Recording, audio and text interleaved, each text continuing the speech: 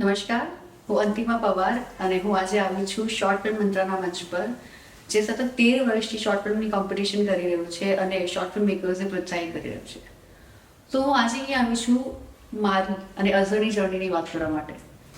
સો પહેલાં તો હું બધાને કહી દઉં કે હમણાં જ 19 જાન્યુઆરી અમારી ફિલ્મ રિલીઝ થઈ છે એકટા કેટ્ટા, જેને બહુ જ બધો પ્રેમ મળ્યો છે ઓડિયન્સ તરફથી અને બધાએ જે સપોર્ટ કર્યો છે મારી ફિલ્મને, જે પ્રેમ બતાવ્યો છે એના માટે આમ જસ્ટ શું કહેવાય, હું એટલી ઓવર ધ મૂન છું, એટલે ખુશ છું જે હું વર્ડ્સમાં એક્સપ્રેસ પણ નથી કરી શકતી. તો વાત કરીએ આ જર્નીની કે કઈ રીતે ફ્રોમ ફિલ્મના બેકગ્રાઉન્ડથી હું જ્યાં દૂર દૂર સુધી મારી ફેમિલીને કોઈ લેવા દેવા નથી ત્યાંથી હું અહીં સુધી કેવી રીતે પહોંચી. તો બેઝિકલી નાનપણમાં આવું સપનું હતું, એકાદ ટાઈમ વિચાર આવ્યો હતો કે I should be an actress, મારે એક્ટ્રેસ બનવું જોઈએ. બટ પછી એ તો એ કહેવાય ને કે નાના બચ્ચા હોય તો એમના વિચારો બદલાતા જાય. તો સ્કૂલ પૂરું થયું, સ્કૂલિંગ પછી મેં બેચલર્સ કર્યું BA ઇન ઇંગ્લિશ લિટરેચર. અને ત્યાં તમને ખબર છે કે ઇંગ્લિશ લિટરેચરમાં તમને કેટલી બધી સ્ટોરીઝ તમને રીડ કરવા મળે અને ત્યાંથી જે ઇન્ટરેસ્ટ છે સ્ટોરી તરફ, જે મારો ઝુકાવ છે સ્ટોરી તરફ, વાર્તા તરફ ત્યાં વધ્યો. બટ ત્યાં પણ એવું કશું વિચાર્યું નહોતું કે રાઇટર બનવું છે. જસ્ટ હા, તમારો ઇન્ટરેસ્ટ જે રીડિંગ તરફનું જે મારી જે રુચિ છે તે કહી શકાય કે BA તરફથી કેળવાઈ હતી. પછી એ વિચાર આવ્યો કે ચલો કંઈક કરીએ, માસ્ટર્સ કરીએ. અને હું અને અઝર કોલેજના દિવસ સુધી જ સાથે છે, બેચલર્સ અમે સાથે કર્યું હતું. પછી અમને કંઈક આગળ કરવું હતું માસ્ટર્સમાં, તો અમે એડમિશન લીધું MA ઇન માસ કમ્યુનિકેશનમાં, જે આપણે કોમ્યુનિકેશનના જે અલગ અલગ મીડિયમ્સ છે જેના વિશે આપણે સ્ટડી કરવા મળે. બટ ખબર નહીં, અમે લોકો પહેલાથી જ પછી જે ફિલ્મમાં અમારો ઇન્ટરેસ્ટ હતો, તો અમે જે સબ્જેક્ટ લીધો હતો એ સબ્જેક્ટ હતો ફિલ્મ સ્ટડીઝ. તો અમારા સર હતા જે અમને ઇન્ટરનેશનલ ફિલ્મો બતાવતા હતા, જે દુનિયા જે ક્રિએટ કરી એના વિશે વાતો કરી, ખૂબ જ મજા પડતી હતી. કે કહેવાય ને કે પુસ્તકીય જ્ઞાન સિવાય જે બહારની વાતો, ઇન્ટરનેશનલ ફિલ્મની વાતો, કેવી રીતે ફિલ્મ્સ બને, જે એમની પાછળની મેકર્સની સાયકોલોજી એન્ડ ઓલ, એ બહુ જ મજા પડતી હતી. અને ત્યારે હું અને અઝર ઓલરેડી બહુ ડિસ્કસ કરતા જ હતા સ્ટોરી વિશે. બિકોઝ એક વસ્તુ છે કે અઝર પહેલાંથી ગઝલ, શેર લખવું એ બધું કરતો હતો અને મને બહુ મજા પડતી હતી જ્યારે મારી સાથે શેર કરતો હતો. હા, હું એટલી સારી નથી ગઝલ અને શેરમાં, બટ હા, સ્ટોરી તરફ મને હંમેશાથી ઇન્ટરેસ્ટ હતો. તો શું કહેવાય કે અમે લોકોએ ડિસાઇડ કર્યું કે આપણું આટલો ઇન્ટરેસ્ટ છે તો why don't we try to write something. અને શું કહેવાય કે ત્યારે બહુ નાના હતા તો અમે અમારી રીતે કંઈક ને કંઈક લખવાનું સ્ટાર્ટ કર્યું. બટ 22-23 વર્ષના છોકરાઓને કંઈક એટલી બધી પણ સમજ નહીં હોય કે ફિલ્મ્સ કેવી રીતે લખાય. બટ અમે અમારી રીતે શું કહેવાય, ઓનલાઈન અમને એ તો ખબર પડી ગઈ કે અમારે હવે રાઇટર બનવું છે. પણ સ્ટ્રગલ એ હતી કે સ્ક્રીન પ્લે લખાય કેવી રીતે છે. બિકોઝ કહેવાય ને કે એક વાર્તા લખવી કદી કદી બહુ ઇઝી હોય છે. બિકોઝ એક જમ આવ્યું, જમથી તમે એને એક વાર્તામાં કન્વર્ટ કરો છો. ઇટ ઇઝ સ્ટીલ લાઈક વાર્તામાં કન્વર્ટ કરવું બી કહું ડિફિકલ્ટ કહેવાય. બટ વાર્તા પછીનું જે ખરું ચેલેન્જ છે that is screenplay and dialogue. હવે અમને વાર્તા મળી ગઈ, હવે વાર્તા પછીનું અમારું ચેલેન્જ હતું કે સ્ક્રીન પ્લેમાં કઈ રીતે કન્વર્ટ કરીએ. અને બીજું કે અમને એના ફોર્મેટ વિશે કોઈ જ આઈડિયા નથી. તો પછી હું અને અઝર ડિસ્કસ કરતા હતા કે આપણે સારી સારી ફિલ્મોના જે સ્ક્રીન પ્લે છે એ ઓનલાઈન સર્ચ કરીએ અને સર્ફ કરીને આપણે એને રીડ કરીએ, તો જેથી આપણે જે ફોર્મેટ છે એનો આઈડિયા આવે. તો અમે એ રીતે લાઈક બહુ પોપ્યુલર સિનેમાસ જે હતા હિન્દી, ઇંગ્લિશ, એના સ્ક્રીન પ્લે શોધ્યા અને એ સ્ક્રીન પ્લેનું ફોર્મેટ અમને એક ટ્રેક કરી લીધું કે ધીસ ઇઝ હાઉ આપણે એક સ્ક્રીન પ્લે લખવું જોઈએ. અને પછી સ્લોલી અમે લોકો અમારી જાતે જ સ્ક્રીન પ્લે લખતા ગયા અને અમને બહુ બધા સારા સારા કન્સેપ્ટ્સ વિચારો આવતા રહ્યા. તો એ અમે બહુ બધા કન્સેપ્ટ અમારા ફ્યુચર માટે રાખી મૂક્યા. બટ જે સ્ટ્રગલ હતો માસ્ટર્સ પૂરો કર્યા પછીનો, એ 6-7 વર્ષ બહુ ડિફિકલ્ટ હતું. મીનવાઇલ મને તો લાગ્યું પણ કે હવે રાઇટર બનવું પોસિબલ નથી. તો મેં મારી જોબ ચાલુ કરી દીધી હતી અને અઝર તો ઓલરેડી કામ કરી જ રહ્યો હતો. બટ મીનવાઇલ કહેવાય ને કે કરતાં કરતાં જે તમારું ફિલ્મ પ્રત્યેનું પેશન છે એ ઓછું નહીં થયું. અમે લોકો અમારી જોબની સાથે સાથે વી વર કોન્સ્ટન્ટલી ટ્રાઈંગ કે આપણે કોઈ એક સારો કોન્ટેક્ટ મળી જાય. અમે લોકો બહુ બધી રીતે ટ્રાય કરતા હતા. જેમ કે મુંબઈમાં કોઈ પિચ કરવા માટે કોઈ કોમ્પિટિશન્સ હોય જ્યાં તમે તમારી સ્ટોરી પિચ કરી શકો, તો અમે એ કરતા હતા. અને અમને બધાએ કીધું કે તમારી સૌથી મોટી પ્રોબ્લેમ છે કે તમે સુરતમાં રહો છો અને અગર તમારે રાઇટર બનવું છે, અગર તમારે હિન્દી લખવું છે તો તમારે મુંબઈ જવું પડે, ક્યાં તો તમારે સુરત છોડીને ગુજરાતી લખવું હોય તો અમદાવાદ જવું પડે.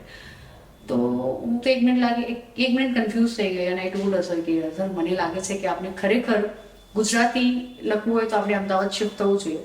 બટ અઝર હંમેશાથી બહુ પોઝિટિવ હતો કે ડોન્ટ વરી, તું જસ્ટ જોતી જા, આપણે લખીશું, અહીંથી જ લખીશું મિરેકલ હેપન્સ. અને આઈ વોઝ લાઈક કે યાર આટલું બધું મિરેકલ નહીં થાય. It was like don't worry, just trust me. And એની જે કહેવાય ને મિરેકલ હેપન્સ, ડોન્ટ વરી, આપણે પેરાશૂટથી એન્ટ્રી કરીશું, સીધા લેન્ડ કરીશું. તો ત્યારે મને બહુ લાગતું હતું કે યાર આટલા બધા ચમત્કાર થવા પોસિબલ નથી. But I can say proudly કે એ ચમત્કાર એટલીસ્ટ અમારા સાથે થયો છે.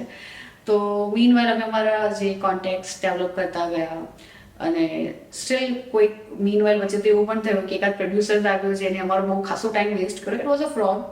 ત્યારે છે કે થોડો ડર પણ લાગ્યો કે યાર આપણે બધા આવા મળશે તો. બટ લકીલી એક ખરો કોન્ટેક્ટ જે અમને અહીંયા પહોંચાડ્યું. અને અમારી કોલેજમાં મીડિયા બસ થતું હતું. મીડિયા બસ થ્રુ અમારા કોન્ટેક્ટ કેળવાયા, અને મીડિયા બસ થ્રુ કોન્ટેક્ટ કેળવાયા જે અમારા કન્સેપ્ટ હતા એ અમે કોન્સ્ટન્ટલી લોકોને પિચ કરી રહ્યા હતા. અને એવા જ એક કોન્ટેક્ટ થ્રુ અમારી મુલાકાત થઈ અમારા ડિરેક્ટર મંથન પુરોહિત સાથે. તો મંથનભાઈ સાથે એકચ્યુઅલી અમે બેઝિકલી હું અને અઝર થોડા ડાર્ક ફિલ્મ, સિરિયસ ફિલ્મો લખવા માટે અમારું ફોર્ટે એવું કહી શકાતું હતું કે અમે સિરિયસ ફિલ્મો લખી રહ્યા છે. તો અમે લાઈક એમને અમારી બહુ સારો એક કોર્ટરૂમ ડ્રામા લખ્યો હતો. તો અમે એમને પિચ કર્યો, અમારો કોઈ ફેન થ્રુ એમનો કોન્ટેક્ટ કર્યો હતો. તો એમને બહુ ગમી એ વાત. બટ જે કહેવાય ને આપણી ઇન્ડસ્ટ્રીયલ લિમિટેશન્સ છે કે આપણા પ્રોડ્યુસર્સ રોમકોમ અને કમર્શિયલ ફિલ્મો પ્રોડ્યુસ કરવા માટે ઈગર છે. બટ આવા જે સિરિયસ સબ્જેક્ટ્સ છે જેમાં રોમાન્સ નથી, કોમેડી નથી, એક સેન્સિબલ સિરિયસ વાતો છે, એ કરતાં ખચકાય છે. તો અમારા ડિરેક્ટરને મારી વાત તો બહુ ગમી, પણ એમને કહ્યું કે થોડી લિમિટેશન્સ છે, બિકોઝ આપણી ઇન્ડસ્ટ્રી હજુ આ ફિલ્મો એક્સેપ્ટ નથી કરી રહી. આપણા ફાઇનાન્શિયલ્સ, આપણા પ્રોડ્યુસર્સ થોડા હેઝિટેટ થાય છે. તો લાઈક કાંઈ વાંધો નહીં, આપણે આ ફિલ્મ વર્કઆઉટ નથી થઈ તો કાંઈ નહીં, આપણે બીજી ફિલ્મો કરીશું. એ રીતે અમારી એ વાત છૂટી પડી ગઈ. બટ અમારા ડિરેક્ટરને આઈડિયા આવી ગયો કે નહીં, ધીસ ડુઓ રાઇટર્સ આ ખરેખર પોટેન્શિયલ્સ છે એમનામાં. તો અમને એક ફિલ્મની ઓફર કરી, કંકોત્રી. તો કંકોત્રી અમારા માટે ચેલેન્જ એવું હતું કે રોમાન્સ કોમેડી, એક રોમકોમ અને કોમેડી છે. તો હું અને હજુ વિચારતા હતા કે યાર આપણે તો સિરિયસ ફિલ્મો લખીએ છીએ, whether we would be able to write it or not. But અમને લગતા એટલી મજા પડી, અને અમને અમારા જે છુપાયેલા ટેલેન્ટ છે એ કંકોત્રી થ્રુ, ઇટ્ટા કિટ્ટા થ્રુ કરવાની જે મજા આવી છે. અને અમને અમારું પોટેન્શિયલ ખબર પડી કે અમે જસ્ટ સિરિયસ ફિલ્મો નથી લખી શકતા. આ જ અમારું ફોર્ટે નથી. We are good at writing comedy, we are good at writing family drama, emotions. અને જે લખતા અમે અમારી જાતને જે એક્સપાન્ડ કરી છે, જે અમારું ટેલેન્ટ હતું એ લખતા અમને ખબર પડી. જેમ કે કંકોત્રી લખતા બહુ મજા પડી કે અમે એક રોમાન્સ લખ્યું, અમે કોમેડી કરી, તો બહુ મજા પડી કે અમે લોકોને હસાવી પણ શકીએ છીએ, ખાલી રડાવવું અને ડરાવવું કામ નથી.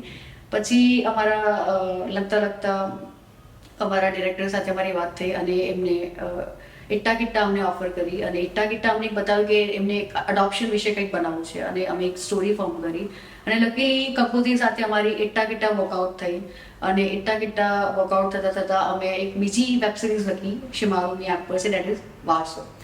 તો એ જે એક જર્ની રહી છે, જ્યારે અમે 6 વર્ષનું સ્ટ્રગલ ત્યારે કંઈ નહીં, અને પછી એક જ ટાઈમ પર તમે કંકોત્રી લખી રહ્યા છો, કંકોત્રી પૂરી થઈ અને તમને ઇટ્ટા કિટ્ટા અમે ઓફર થાય, અને તમે ઇટ્ટા કિટ્ટા લખીને તમને એક વારસો એક ઓફર થાય. જે 3 પ્રોજેક્ટમાં એક વસ્તુ બહુ સારી છે કે 3ના જોનર એકદમ અલગ છે, ડિફરન્ટ છે. લાઈક કંકોત્રીમાં અમે રોમાન્સ કોમેડીની વાત કરી છે, તો ઇટ્ટા કિટ્ટા ઇઝ પ્યોરલી ઇમોશન્સ. એમાં અમે તમને હસાવ્યા પણ છે, એક રોલર કોસ્ટર રાઈડ આપીએ છીએ, કદી હસાવીશું, કદી રડાવીશું. અને Vaarso it's a purely a drama, family drama, જેમાં અમે તમને ઇમોશન્સ જે આપ્યા છે. એટલે આઈ થિંક તમને બહુ મજા પડશે તમે જોઈશો તો. અને અમારા માટે ગર્વની વાત એ થઈ ગઈ કે એક દિવસે 18 તારીખે અમારી વેબ સિરીઝ રિલીઝ થઈ, વારસો, શિમારુની એપ પર. અને 19 તારીખે અમારી ફિલ્મ ઇટ્ટા કિટ્ટા રિલીઝ થઈ. અને કંકોત્રી હજુ આવવાની બાકી છે, જે પ્રોબેબલી રિલીઝ થશે નજીકના સમયમાં. તો ઇટ્ટા કિટ્ટાને અને વારસોને જે પ્રેમ મળ્યો છે, અને ઇટ્ટા કિટ્ટા જે કહેવાય ને કે લોકો અમને પર્સનલી આવીને કહે છે કે યાર તમે શું ફિલ્મ લખી છે.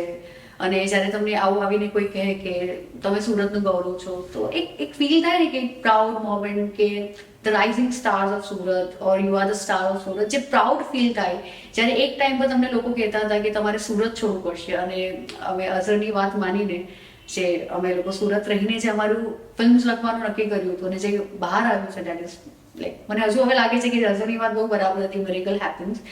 એન્ડ સુરતમાં અમારા માટે આ સ્કોપ, આ સ્ટેજ બન્યું, અને અમે 3 પ્રોજેક્ટ્સ અહીંથી કર્યા. તો એક લાગે કે Azhar was really write about it, કે નહીં, મિરેકલ હેપન્સ. તો એટલા કેટલાને જે પ્રેમ મળ્યું, ઇવન ધ રિવ્યુઝ હજુ પણ મારા હાર્ટમાં, લાઈક એક જે સ્પેશિયલ મોમેન્ટ કહેવાય ને કે મને અને અઝરે 2-4 લોકોએ આવીને કહ્યું કે યાર તમે એટલી સારી ફિલ્મ લખી છે કે અમારું પોતાનું બાળક છે, પણ તમારી ફિલ્મ જોઈને અમને એવું લાગે છે કે અમારે એક બાળક અડોપ્ટ કરવું જોઈએ. તો અમને લાગે છે આ અમારી સક્સેસ છે એઝ રાઇટર, કે અમે લોકોને ત્યાં સુધી એ વિચારવા એટલીસ્ટ પ્રેરિત કરી ચૂક્યા કે લોકોને એવું લાગે કે એમને બાળક અડોપ્ટ કરવું જોઈએ. અને અમે જે ટ્રાય કર્યું છે કે પેરેન્ટ્સ બચ્ચાઓ તરફના જે વ્યૂ છે અને બચ્ચાઓના પેરેન્ટ્સ તરફના વ્યૂ છે એને બેલેન્સ રીતે કરી રીતે પ્રેઝન્ટ કરવું, દેટ અમે અટેમ્પ્ટ કર્યું છે પૂરેપૂરો ઇટ્ટા કિટ્ટામાં. જે લોકો કહી રહ્યા છે કે તમે જે અમને હસાવ્યું છે, રડાવ્યું છે, આવી ફિલ્મો મતલબ બહુ ઓછી જોવા મળે છે અને તમે જે ફિલ્મ લખી છે એ કાબિલ તારીફ છે. તો આ અમારા માટે અમારું વેલ્યુએબલ અસેટ્સ છે કે અમને લોકો આવીને કહે છે કે યાર we need writer like you. તો ધીસ ઇઝ લાઈક આ અમારી સક્સેસ છે. અને હું આટલું જ કહીશ કે આ તમારા લોકોના સપોર્ટ વગર પોસિબલ નહીં હતું. અને આજે જે એકતા કિટ્ટાને આટલો પ્રેમ મળે છે ઇવન એ તમારા પ્રેમના લીધે મળે છે. અને આ અમને ઇન્સ્પાયર કરે છે to write such good stories. Because આ ફિલ્મ એવી હતી કે અમે ટ્રાય કર્યું હતું કે અમારો જે મેસેજ છે એ અમે બહુ પ્રીચી ના થયા વગર લોકોને ગમતી ભાષામાં રમતા હસતા અમે આપી દઈએ અને લોકોને બહુ ગમ્યું છે. તો આ અમને એન્કરેજ કરી રહ્યું છે કે અમે આગળ અમારી કહેવાની વાર્તાઓ છે અમે કહી શકીએ. અને વાત કરી અઝર સાથેના કોલેબોરેશનની, તો હું અને અઝર એ કહેવાય ને કે અમે બંને એકબીજાને કોમ્પ્લિમેન્ટ કરી છે. અઝર બહુ જ લેઝી, મારા વગર એ કંઈ ના કરી શકે અને એના વગર હું કંઈ ના કરી શકું. બિકોઝ હું એને પુશ ના કરું તો એનાથી નહીં થતું. બિકોઝ એનું બી કે છે કે આર્ટિસ્ટ ખતરનાક, પણ આર્ટિસ્ટનું ટેલેન્ટ આવે ને કે પેલું આ ટેલેન્ટની સાથે સાથે એક લેઝી પણ આવી જાય છે, અમારા બંનેમાં છે. હા, બટ આઈ મસ્ટ સે કે એચ કહેવાય ને કે હું એને પુશ કરું ને એ જે કામ તરફ પછી આવીને કે ચલો યાર હવે તો ડેડલાઇન છે, કામ કરવું પડે છે. અને હું બહુ લેઝી થઈ જાઉં તો એ મને પૂછ કરે ભાઈ હવે કામ કરવાનું છે, લેટ્સ નોટ વેસ્ટ ટાઈમ. તો અમે બંને એકબીજાને જે કોમ્પ્લિમેન્ટ કરીએ છીએ, અમે એકબીજાને બેલેન્સલી હેન્ડલ કરીએ છીએ અને બહુ મજા પડે છે. અઝર વગર તો મારાથી ના લખાય. બિકોઝ કહેવાય ને કે પુશની જરૂરત પડે તો દેટ ઇઝ અઝર. અને અમે એકબીજા સાથેની કોલેબોરેશનમાં we have been completed 14 years together.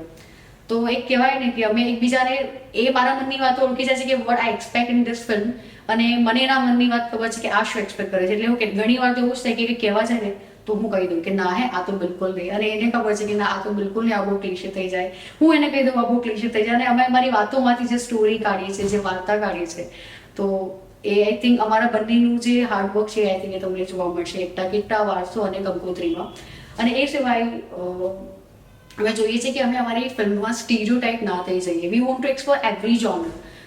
તો અમારી અપકમિંગ પ્રોજેક્ટ્સ છે, અમારા જે કન્સેપ્ટ છે, અમે ટ્રાય કર્યું છે કે દરેક જોનરને અમે એક્સપાન્ડ કરીએ, અમે વર્ક કરીએ. તો તમને બહુ મજા પડશે જ્યારે તમે અમારા અપકમિંગ પ્રોજેક્ટ્સ જોશો. તમને ગમશે, જેવું એકતા કિટ્ટા ગમે એવું તમને ડેફિનેટલી અમારો પ્રોજેક્ટ ગમશે. બાકી થેન્ક યુ સો મચ. તમે અમને આટલો બધો પ્રેમ આપ્યો એકતા કિટ્ટા માટે અને વારસો માટે. So we are really thankful for this. Thank you so much. Thank you.